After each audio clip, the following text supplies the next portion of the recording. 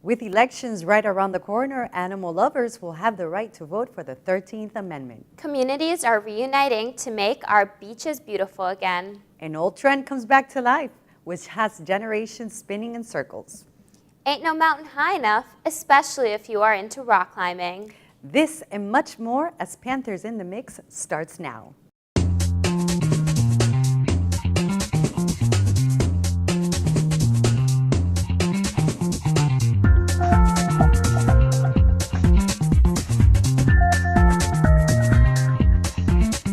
Hello everyone and welcome to Panthers in the Mix. I am Isabel Loggins. And I am Barbara Moros. Farmers markets are a great way to find healthy foods to stock up your cabinets. Owners of these small stands tell us how they make their living hopping from one market to another. Every weekend, hundreds of farmers markets set up their fresh produce, baked goods, and homemade crafts. However, does selling homemade products just 1 or 2 days out of the week bring enough income for these vendors to live off of? Let's see what these South Florida vendors have to say about their small businesses. In Beijing, owner of Sweet Blends, talks about his farmers market success and how he attends multiple farmers markets a week. We started with the farmers markets. Now we're about to launch 2 stores, one in Coral Gable, one in Davie. Farmers market has a good potential. It can be a good start business for anybody. Sasha DiLorenzo tells us how her family-owned business is not their only source of income. My husband's background is in business, so everything's handled really well. There's definitely profit. We have our sales tax, of course we have our expenses, but we manage things in a way to make sure that it is profitable. Primarily, the most of our money that we're making is from farmers markets, but I'm also a massage therapist and I'm a photographer, so I kind of do a lot. I wear a lot of hats. Customers who frequent the market share why they prefer shopping for locally grown foods and supporting these business owners. I feel like I'm giving back to my community in some way instead of contributing to, a chain restaurant that they already have millions of dollars. These people are trying to feed their families. I like that you get to explore a variety of different food options that you normally don't get at other places. All of it is fresh, whereas at other restaurants, it's not always as fresh. You don't see where they're preparing it from and where it's coming from, whereas here it's all out and you see everything. If your preference is a laid-back farmers market versus a chain of supermarkets, don't be surprised if you see familiar faces at more than one location. I'm Alexa Roth for Panthers in the Mix. When you think of rock climbing, you think of outdoor skyscraper rock formations. So where do people rock climb in Florida? Indoor facilities are taking this outdoorsy sport and bringing it indoors to create a community of avid climbers. North America is known for having some of the best rock climbing locations in the entire world. And while South Florida may not offer a natural climbing landscape of its own, indoor practice gyms have begun opening throughout the region.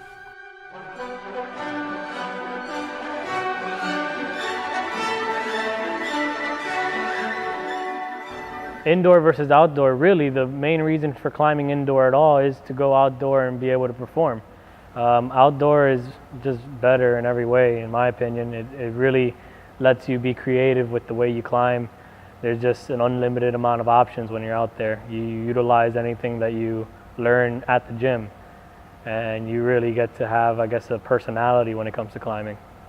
The indoor gyms have helped to create a community of climbers, including FIU's own rock climbing club.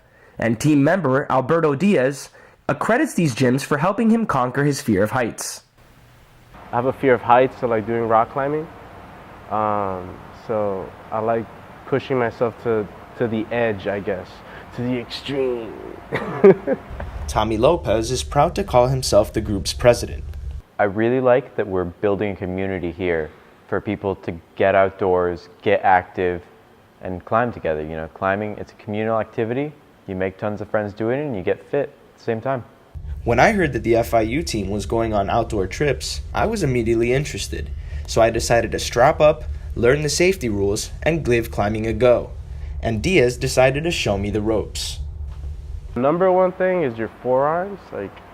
That's for sure, number one. You're gonna feel it, rookie to expert, you'll feel it on your forearm. But it's your whole body too. Use a lot of your legs. Reporting from the top, well, almost the top, I'm Fernando Oyar. As the first day of autumn hovers over our coast, there are traces of summer lingering, and that is why every year on September 15th, people in the community step up to volunteer in the International Coastal Cleanup Day, and the results can be staggering. Crandon Park was one out of the 45 beaches in South Florida that hosted the International Coastal Cleanup Day created by the Ocean Conservancy. This event brings awareness to collect trash from beaches around the world. Eco Adventures, established by the Miami-Dade Parks and Recreation Department, decided to partner with several organizations in Miami-Dade County to include an educational component. So International Coastal Cleanup Day is a great opportunity for the public and citizens to get involved on their local beaches to help both learn about marine debris and also help clean up their local beaches and their local environment. Last year alone, Florida had over 25,000 volunteers that collected nearly 1 million items of trash from our beaches. Volunteers make note of all the pieces picked up, and this information forms part of an international study to make scientific measurements.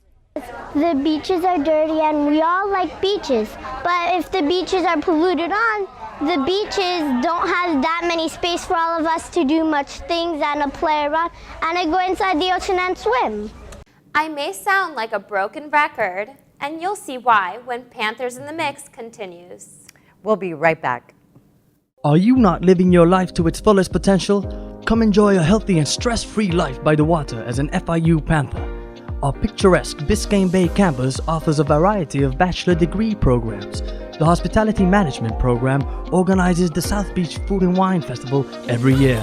Not to mention excellence in fields like marine biology, broadcast journalism, and many more endless opportunities. Start living your life by the serene ocean breeze. Come to Biscayne Bay today.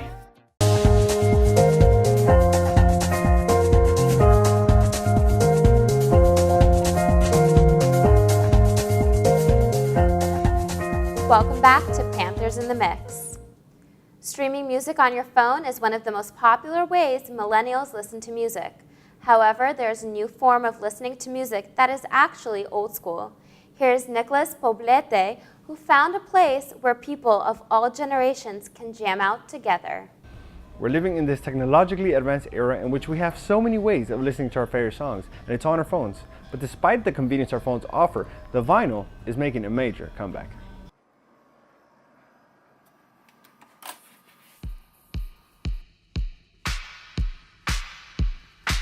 The vinyl, which burst onto the scenes back in the 1890s, was the most popular form of listening to music till the 1980s. But thanks to organizations like the Miami Vinyl Social Club, these records have reappeared in the city's music scene, creating a unique experience.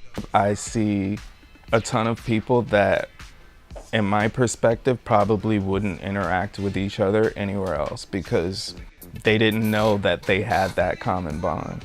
Music has that power. According to Forbes, in the past years, vinyl sales have gone up by 260%. Technique Records in Miami attributes this growth to the different age groups that have become interested in these records. You know, there's been obviously the resurgence of vinyl throughout the past decade. It's nice to see that come back into the forefront. For those of us that have been in this industry, you know, it never went away, but obviously, you know, we live on our own little bubble. There's a whole new generation of kids that have gotten into this. That's extremely healthy, and it's important. And for those in the music industry, vinyl records have a distinct quality that make them invaluable. If I have the vinyl record, I'll play it, you know? I love just putting the needle on the record, letting it spin. It's definitely my favorite way to enjoy music. Physical music still matters. Music, I feel, gets a bit depreciated. When it comes to records, it's great because you have a piece of music in your collection that you can always listen to. Vinyl records are back and here to stay. For Panthers in the Mix, I'm Nicholas Poblete. This November, Floridians will vote on 12 different amendments, ranging from authorizing expansions of casino gambling to restoring voter rights to former felons. But an amendment that is gaining popularity among animal lovers is Amendment 13, to end commercial dog racing. Meet Sonia Stratman, the founder of Elite Greyhound Adoption, whose mission is to reduce abused and neglected greyhounds and giving them a new hope. We have taken in over 2,300 greyhounds in the last 15 years. We bring them in, we clean them up. They're usually infested with fleas and ticks, internal parasites. We have them vetted. We take them in, have them spayed, neutered, microchipped, rehab any injuries, broken legs, any soft tissue injuries, and then find good homes for them. The greyhounds racing live basically a life of confinement. They are, kept in cages for 20, 23 hours a day. They go out onto the tracks and risking horrific injury. We see so many injuries with the greyhounds. We got her a little bit too late. Her leg was broken racing and it was not repaired. Actually, in the past decade, there have been over 400 drug positives, and 72 of those have been cocaine. So oftentimes, you can find racetracks like these where dogs are forced to race no matter what injuries they may have. Save thousands from a life of cruelty and neglect, risking, injury, broken bones, death. It will save thousands and thousands of dogs. So this is why people like Sonia are voting yes on Amendment 13. How well do you know Miami? Yana Monasterios takes to the streets and asks the hard-hitting questions. Today we went on the street and asked pedestrians several questions related to Miami. Keep in mind, however, that we made all of these questions up. But that doesn't stop people from answering. Let's see what they said on this special Miami edition of Live Witness News. Are you ready to play? I'm ready to play. Is there a prize? What is the capital of Miami? Capital of Miami? The capital of Miami? Capital of Miami? You mean Florida? Capital of Florida? Miami. They got a capital? Palmetto Bay? Kendall. I know. I don't know. I don't know. The capital of Miami is 2 hours later. 1 eternity later. Miami. It's the capital. Really? It doesn't have a capital. Did you know Armando Christian Perez is the new mayor of Miami? Nah, I don't be keeping up with politics like that. Is that a fact? Yeah, some homeless woman just told me to tell him himself. Armando Christian Perez, isn't that Pitbull? Wow! Oh my gosh. 305, Pitbull, Mr. 305. It's Mr. 305 checking in for the remix. Miami Magazine declared that Domino's is the national sport of Miami. How do you feel? Domino's, not the pizza. Domino's, I love Domino's. I grew up in Jamaica, so I play that. I love Domino's. I prefer the pizza. Pizza. Domino's is pretty delicious. Yum. Domino's is a fast food, so it's not a sport. When you hear Domino's, you think pizza. It's the national sport?